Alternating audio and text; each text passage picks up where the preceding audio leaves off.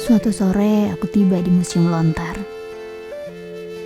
Disambut keramahan penduduk di sana, disertai minuman herbal yang menjadi ciri khas mereka.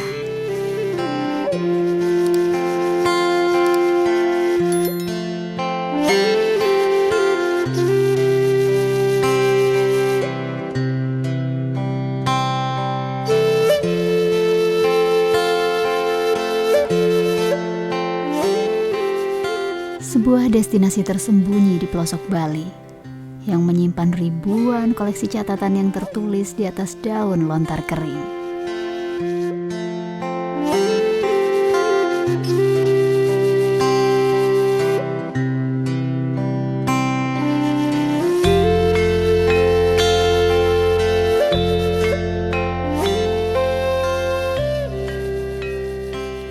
Di Balai Pasraman ini, aku diajarkan bagaimana menulis namaku di atas daun lontar.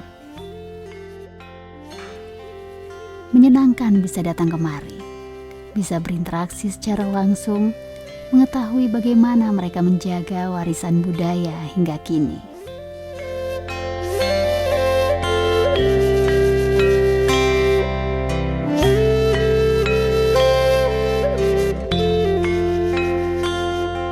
Saat ini aku sudah berada di Museum Lontar, tepatnya di Karangasem, sudah bersama dengan Ketua Museum Lontar yaitu Bapak Ngenah Sudana.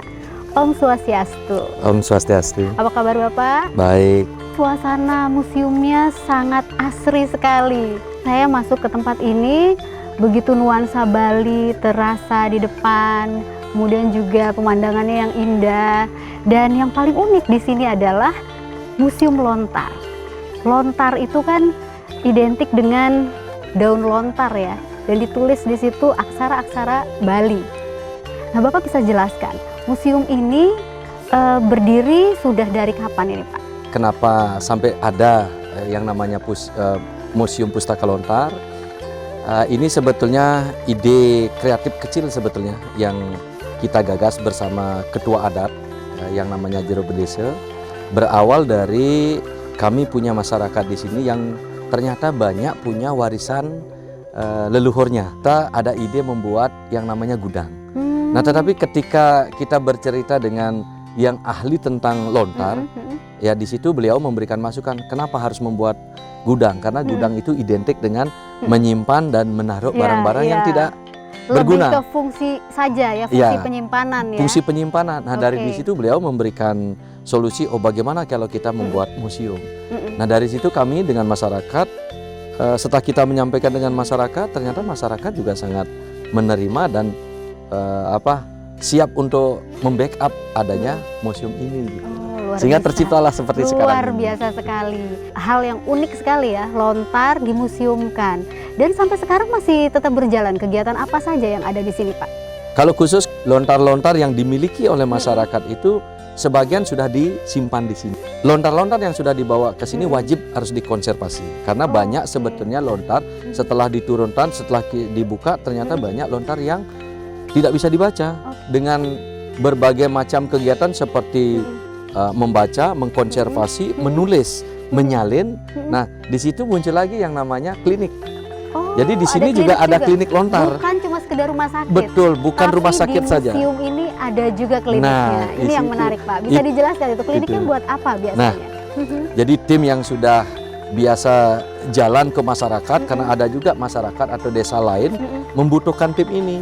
Salah satunya adalah disuruh membaca isi daripada lontar-lontar yang dimiliki oleh mereka. Tim ini berjalan di samping juga membaca, terus juga menulis, menyalin. Terutama yang banyak disalin itu adalah aturan yang ada di desa adat. Jadi ini benar-benar tradisional sekali ya di desa adat. Aturan-aturannya disalin menggunakan aksara Bali. Betul. Itu memang sudah dari nenek moyang dari kita lah. leluhur yang Dari terus leluhur. sampai sekarang turun temurun masih dipertahankan. Ini ada beberapa daun lontar ya. Iya. Ini ada daun lontar, beberapa ada yang panjang, ada yang tidak terlalu panjang, Iya. ada yang sedang. Ini Bapak bisa dijelaskan kalau jenis daun lontar yang seperti ini apa nih Pak? Ini lontar tutur. Mm-mm. Nah, lontar tutur ini Mhm. kalau kita lihat Mm-mm. apa namanya lontarnya ini namanya cakep. Mm-mm. Ini lontar yang isinya satu cakep yang kurang lebih ada sekitar 51 halaman. 51 halaman ini satu cakep. Oke. Tugas kami punya staf di sini adalah mengidentifikasi jumlah dari masing-masing lontar yang ada satu cakep itu isinya berapa karena berbeda. Oke, oke. Ukurannya pun berbeda. Ini paling tidak Oke. sekitar 20 sampai 25 Oke. lebarnya, Iya, iya, panjangnya. iya. Termasuk lebarnya juga. Ini berbeda. Kalau ini 25, ini 20, ini 25 cm. Ya, ini isinya adalah usade. Usade. Jadi berbagai macam jenis lontar di sini sebetulnya ada. Oke, oke. Gitu. Baik yang sudah disalin ke bahasa Indonesianya juga sudah ada karena anak zaman sekarang banyak yang belum fasih membaca sastra Bali. Dan ini memang menarik sekali dengan melestarikan warisan turun-temurun. Ini otomatis ini juga membuat tulisan di daun lontar ini masih terjaga sampai sekarang ya. Betul. Sih. Panda, ya. Ini seru sekali obrolan kita kali ini dengan Pak Nengah karena obrolan tentang daun lontar, suasana museum, dan sekarang saya mau ngobrol-ngobrol juga nih. Ini menarik nih karena tadi waktu pas masuk ke sini ke museum itu disambut dengan minuman. Minumannya ini menarik karena rasanya itu alami banget. Ini juga baru lihat, ini minuman apa? Karena ini sangat-sangat kerasa segarnya. Minuman ini sebetulnya minuman herbal Hmm. yang tumbuh di tempat ini, liar di tempat ini seperti Oke. tumbuhan yang di sini itu.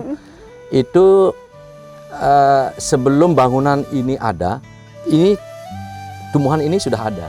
Apa itu nama tumbuhannya? Itu namanya tumbuhannya bawang adas. Oke. Ternyata bawang adas ini ada juga tercantum di lontar usade gitu. Tepat rasanya kami di sini membangun museum yang ternyata memang sudah ada secara alamiah. secara alamiah sudah ada apa namanya itu obat herbalnya gitu.